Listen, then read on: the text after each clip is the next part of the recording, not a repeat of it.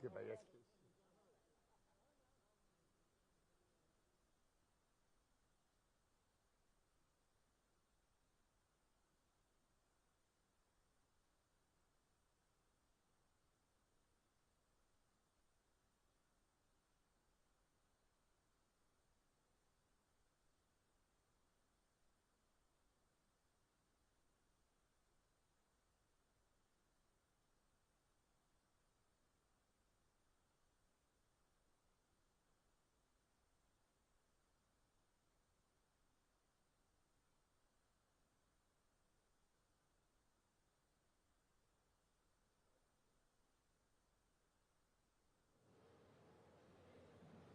Okay.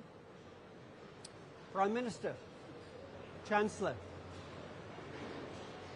it's a great pleasure to welcome you both to this wonderful facility here at Solihull. Well, thank you for having us. It's fantastic to see everybody. This amazing site is our biggest manufacturing car plant in the UK. We employ over 9,000 highly skilled members of this wonderful company. And we support another 60,000 of the local community. Solihull is home to some of the most beautiful cars on the planet. Cars that are loved by 500,000 new customers every year. It's home to the Range Rover. The Range Rover is peerless. It defines itself. It's the ultimate luxury, and it's built by the people around you today. Today, we've announced global sales for the last 12 months of 428,854 vehicles. And 189,000 of those were built here at Solihull. What an amazing achievement, given the stresses and the strains of the last 12 months. Further, I'm delighted to confirm, through the incredible work of our 44,000 employees, we've also eliminated all of our net debt. That was £5 billion just 31 months ago. This company and what it's done over the last 2.5 years, what you've done for this company is simply extraordinary. Thank you. Thank you. Of course, the debt elimination is vital. It's vital for our future investments. We're now investing £18 billion over the next 5 years. That's increased by 70% over the last 2 years. And those investments, of course, are essential. They're essential for new product. They're essential for new technology. They're essential for us to go on our journey of electrification.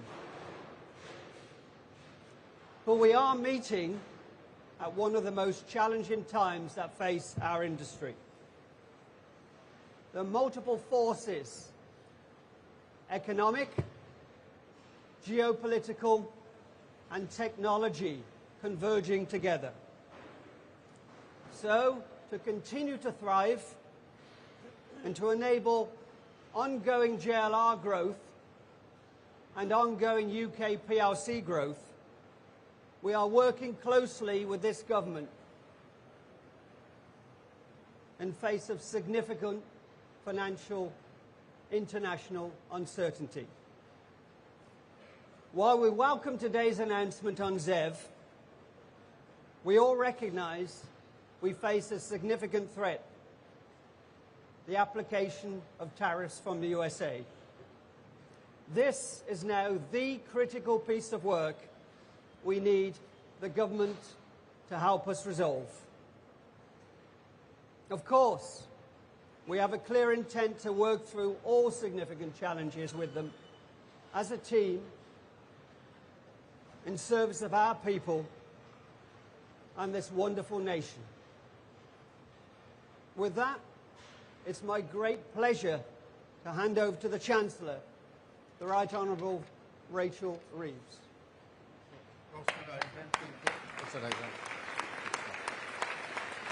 Sorry, am I blocking your view?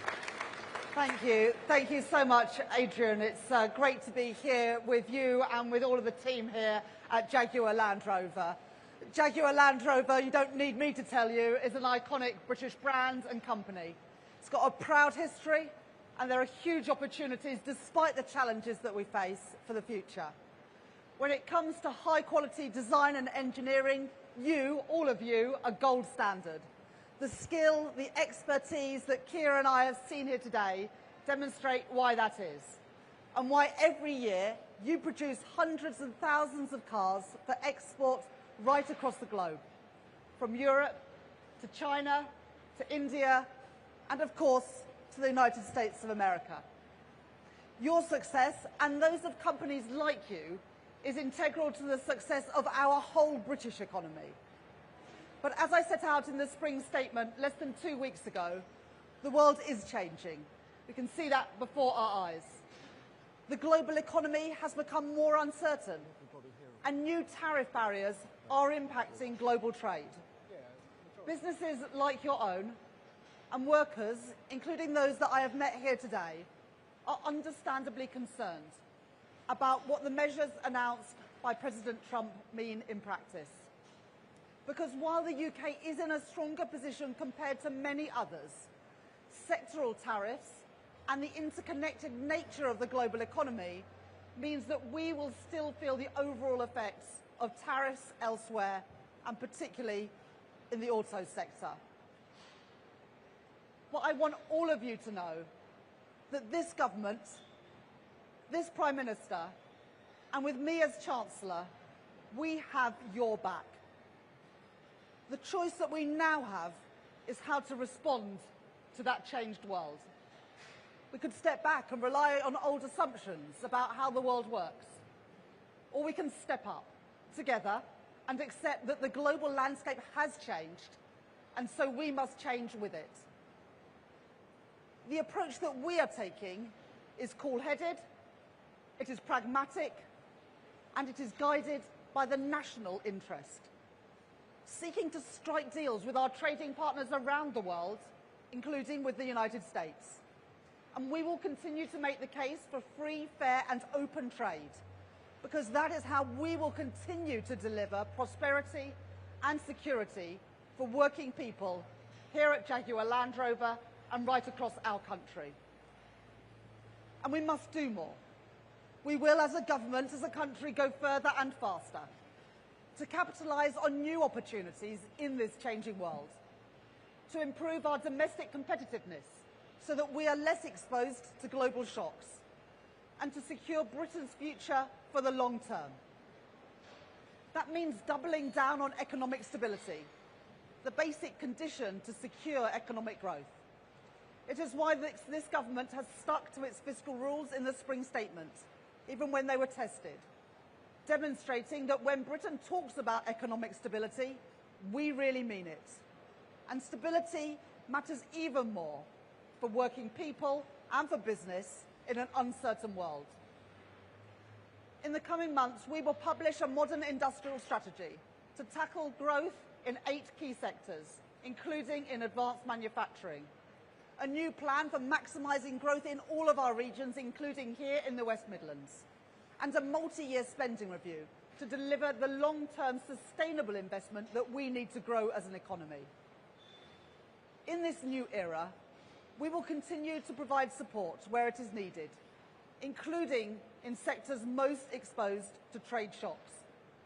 Sectors like car manufacturing, the UK's #1 goods export, which generates £93 billion globally in revenue.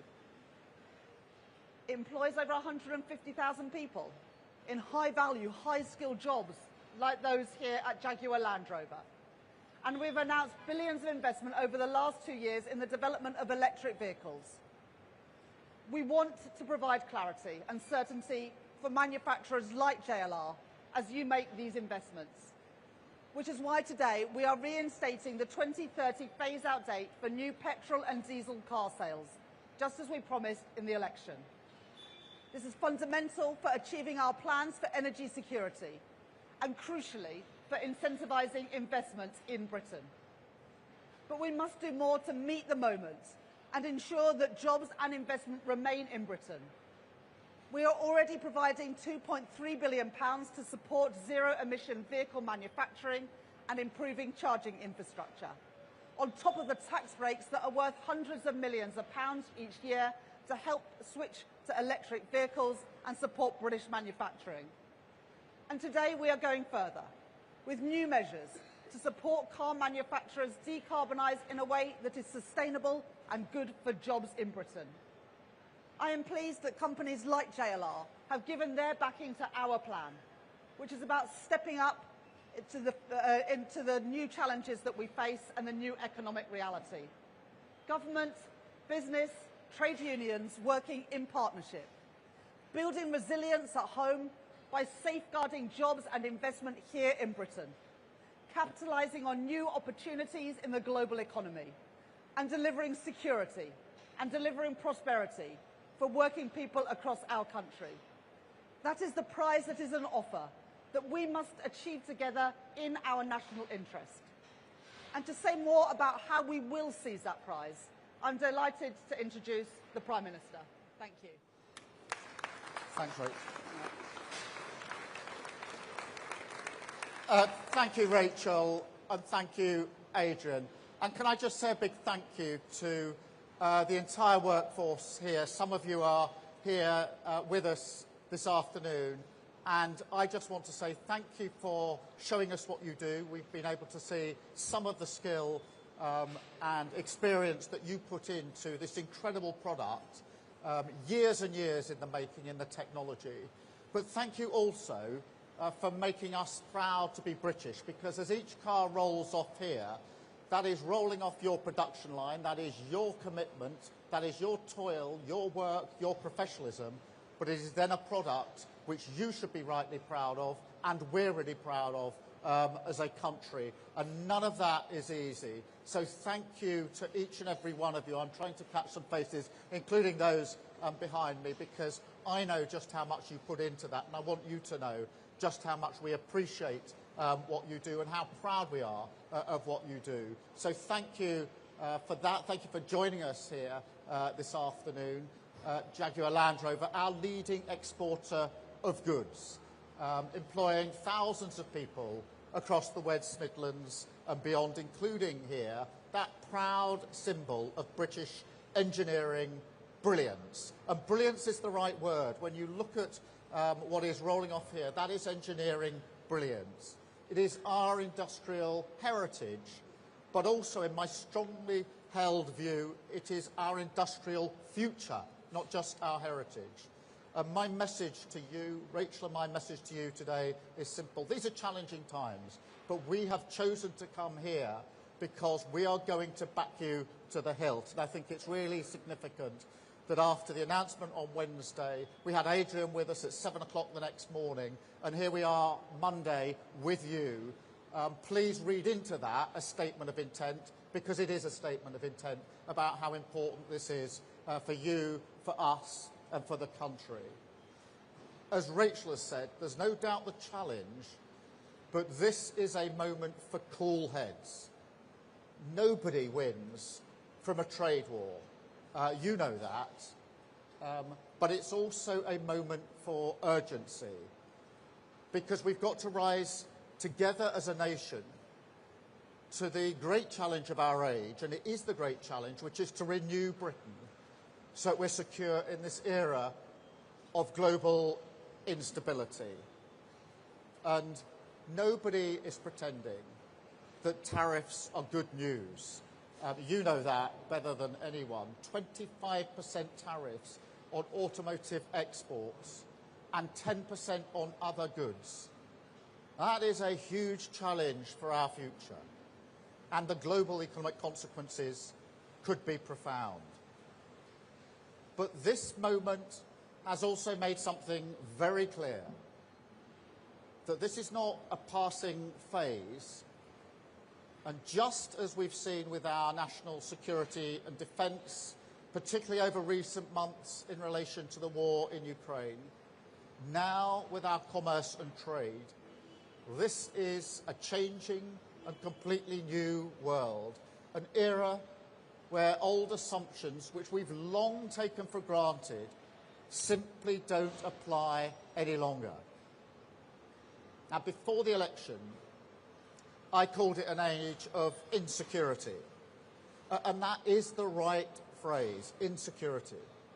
Because I know that that's how it's felt in the lives of working people. Insecurity, a care, a worry for builders, for carers, for nurses, factory workers like people here, working harder and harder for the pound in their pocket, yet watching this rising tide of insecurity threaten to sweep away the things that we cherish in our communities. Trust me, I know people will be feeling like that right now. But to those people I say, we have your back. This government will not just sit back and hope.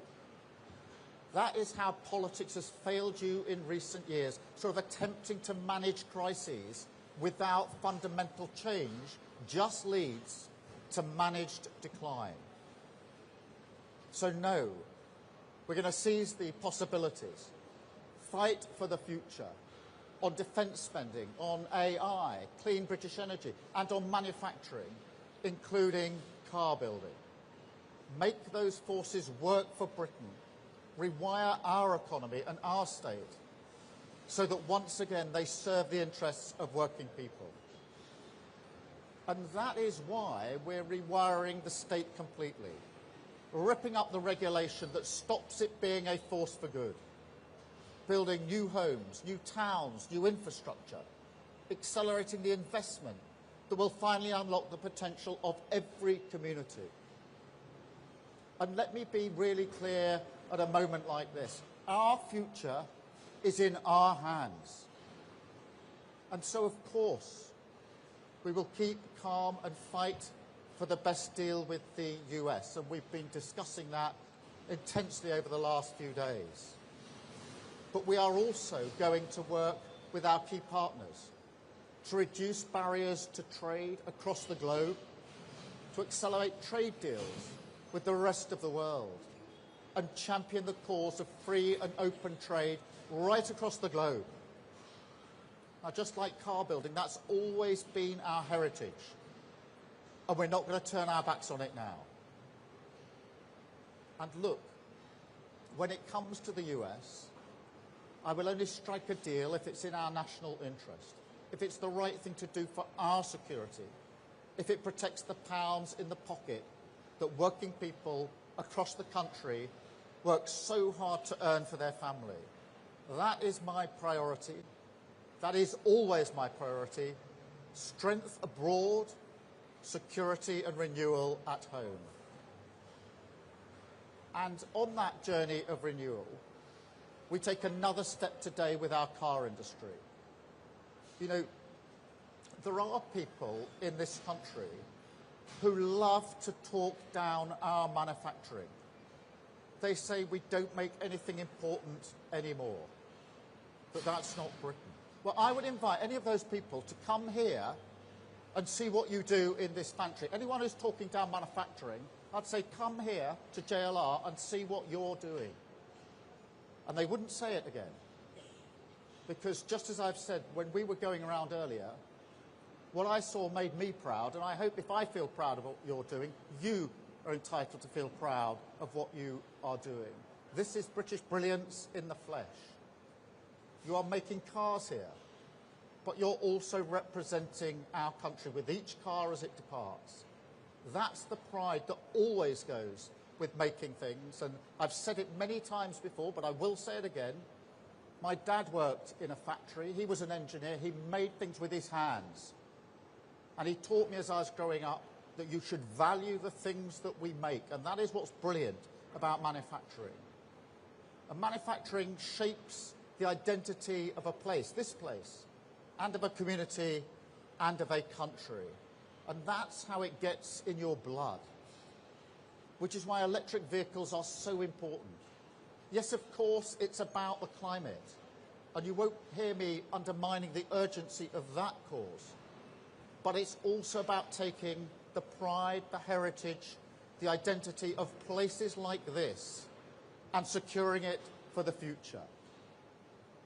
That's what previous governments never understood, the link between manufacturing and who we are as a country.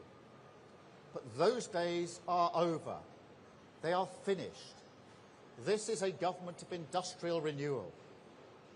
Because my choice in this volatile world is to back British brilliance. I believe that British car companies should be at the forefront of the electric revolution. This is the race that we belong in. And so I think EV targets are a good thing.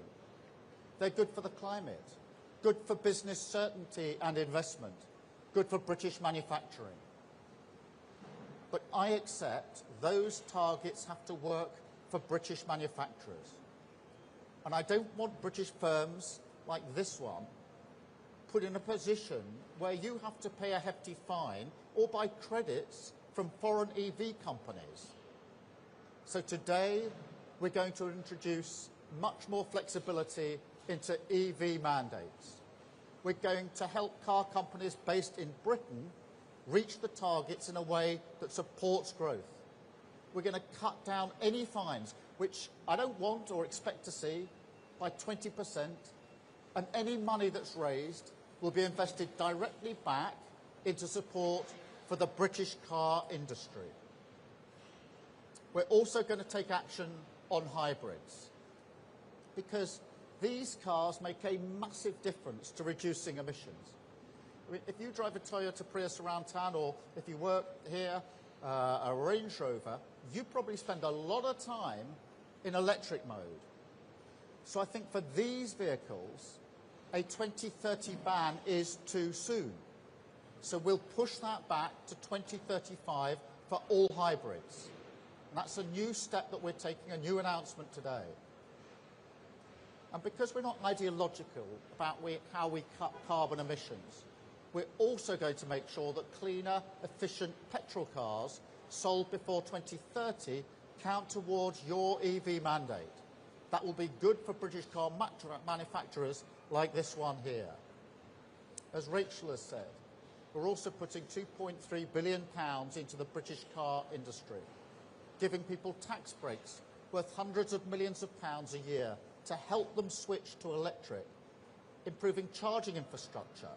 That's a massive factor when people are thinking about switching. And our approach means we're seeing a new public charging point popping up every half an hour, because this is the moment when we back British business and charge up the electric revolution. British electric cars running off clean British power made by British workers, British cars for British workers. And as you know, and by the way, switching to electric can also save you up to £1,100 a year. So if we get this right, it can help with the cost of living as well. But look, it's not just our car industry that we need to back. In the coming days and weeks, we're going to use industrial policy to shelter British business from the storm. Take our life sciences sector, another shining example of British brilliance, absolutely pivotal part of our export economy. But we're going to back them as well. We're going to rip up the red tape, cut the stifling bureaucracy that slows down clinical trials. Now, Britain used to be so much better than this, but we've taken our foot off the pedal. The latest data says it takes over 250 days to set up a clinical trial. But I'm going to slash that to 150.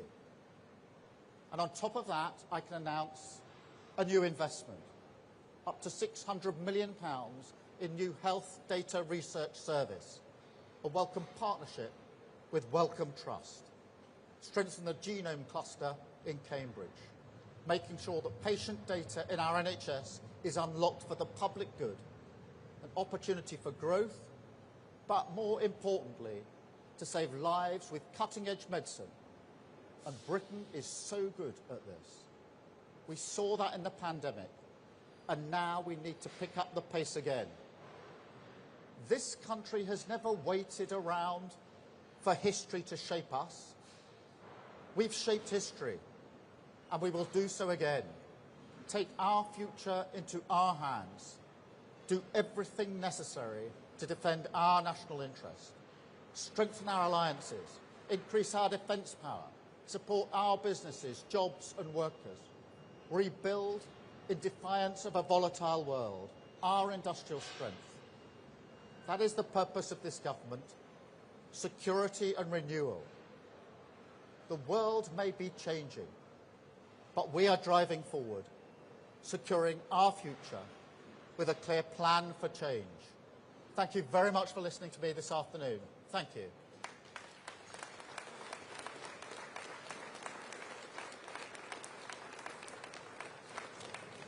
Now, I do want to talk to as many of you as possible, so if you're able to stay, I'd really appreciate just a few moments of your time. Before I do that, I'm just going to take some questions from the press, and then I'll come and spend some time with you. I've got a number of questions.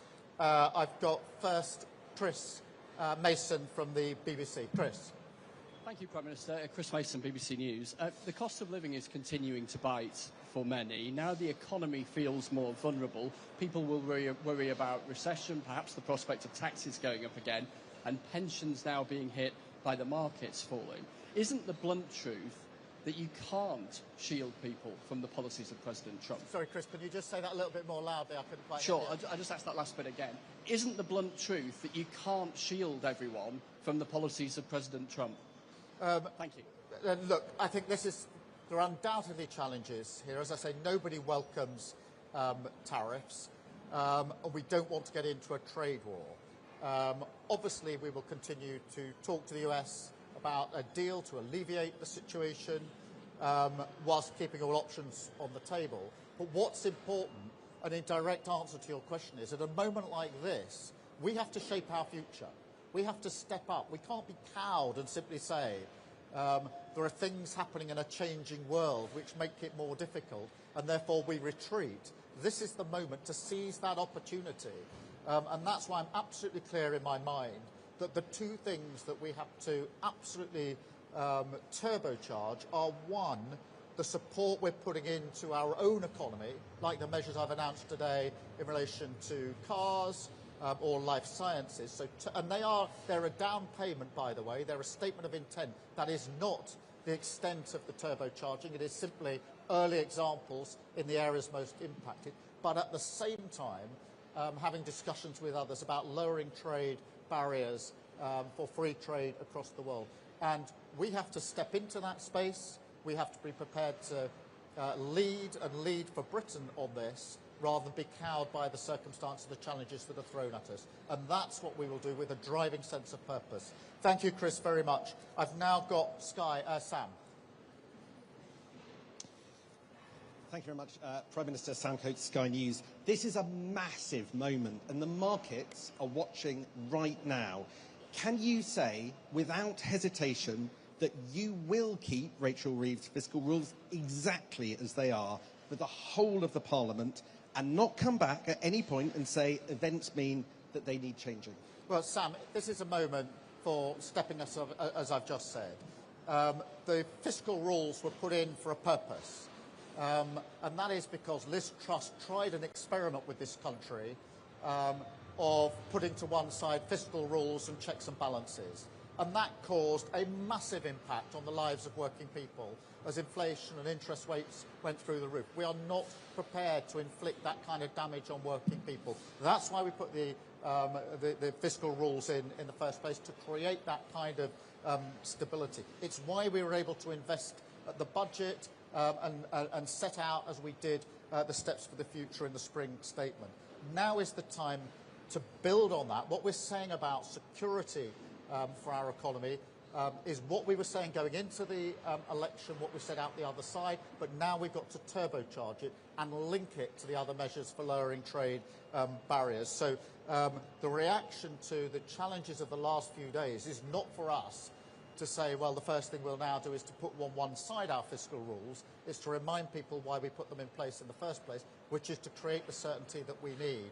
There is enough uncertainty and insecurity as it is.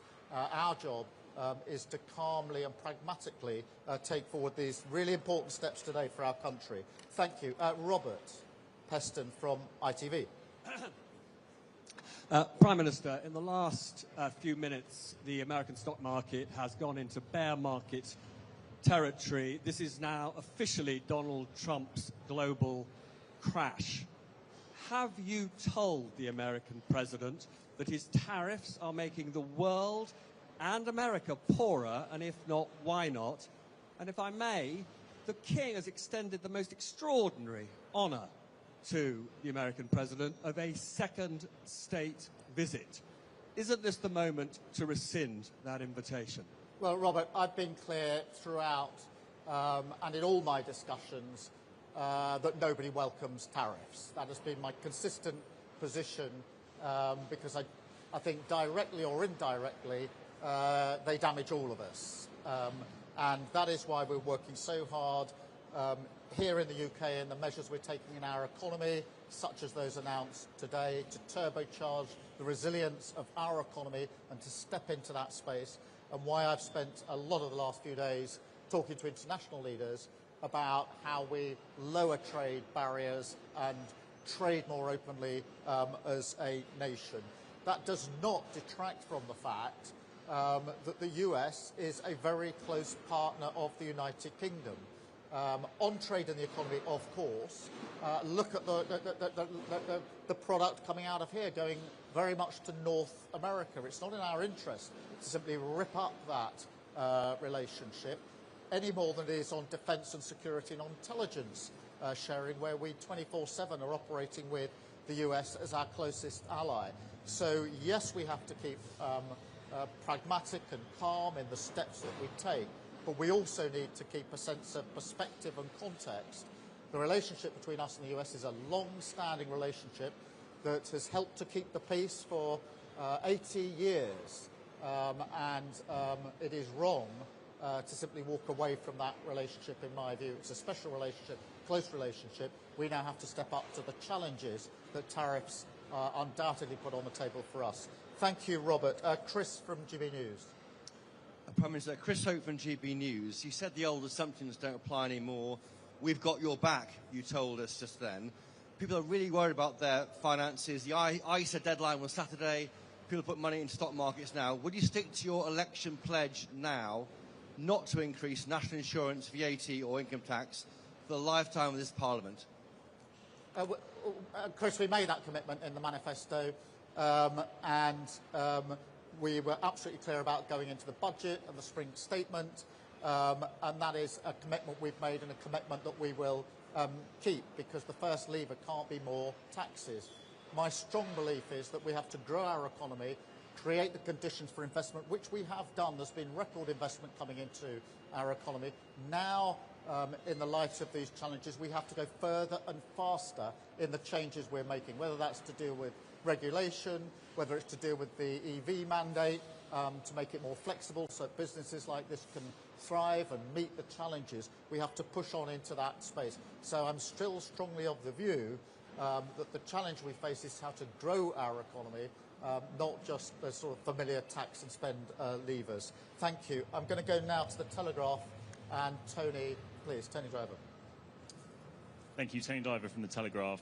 Today, Prime Minister, you've announced that you're putting more flexibility into the EV scheme to reduce red tape for businesses at a time of instability. Are you reviewing other net zero restrictions? Will you reconsider the ban on gas boilers in new homes and charges on manufacturers for producing glass bottles? Well, we are taking measures today to ensure there's greater flexibility, and that is driven to ensure that businesses like this and jobs here are the jobs of the future, and to make sure that we thrive in the way we've thrived so far. I see net zero as a real opportunity. There's a global race on for the jobs of the future in relation to net zero. More investment is coming into this country in relation to renewables than any other sector. I don't think now is the time to step away from that race. Now is the time to double down on that race. Some country is going to win the race when it comes to renewables, and the changes for net zero. I want Britain to be in that race, and I want us to win that race. So yes, we will work with all sectors, as we've shown today. We're not ideological, we're pragmatic. If there's flexibilities that help, which is what we've done today, in important times for JLR, yeah, of course we will take those steps.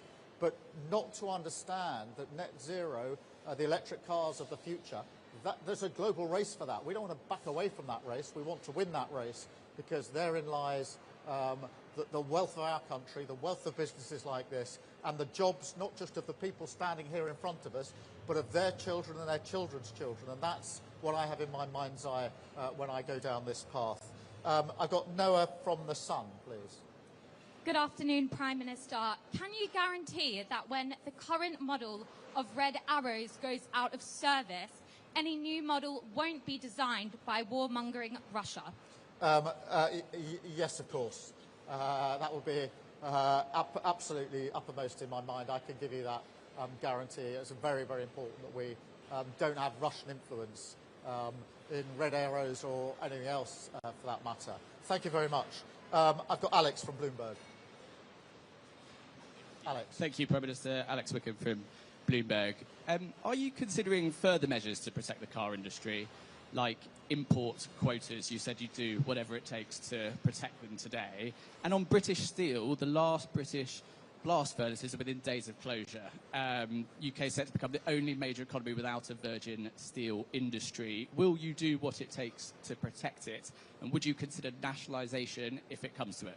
Well, Alex, I'm not going to get into particular measures. What I will say in relation to the first half of your question is, what we've said today for the car industry is not the extent of anything that we can do, and I want to explore what more we can do. These are examples of what we can do at speed, but they're not the extent of my ambition when it comes to car manufacturing or any other business or sector. I think we can go further and faster, and we will do so. I'm not indicating they're a particular measure, but I am indicating an openness of mind to go further, and today's announcement should be seen as what they are, which is a down payment on the way that we're going to be doing business. On the broader question of steel, look, it is really important to us. Again, it's part of our heritage. Our plans for growth are going to require more steel, and therefore the demand for steel is going to go up, not down, and that's why it's important that we support our steel industry. I'm really pleased that in Port Talbot we were able to ensure there was a better deal. I'm really pleased that we've set aside £2.5 billion for the future of steel. I'm very pleased that we're working with and discussing the situation in Scunthorpe, which is extremely worrying for the business, for the workforce, and for the community, and for the country. You know, all options are on the table in relation to Scunthorpe. Again, an example of the approach that we will take. When I talk of an active government, what I mean is a government that rolls up its sleeve, gets on the pitch, whether it's car industry, whether it's life sciences, or whether it's steel. Thank you very much indeed. Thank you again to all of you for being with us this afternoon. Thank you for what you do. And I'm now going to use what time I've got left to talk to all of you, which is what I want to do very much. So thank you very much indeed. Thank you.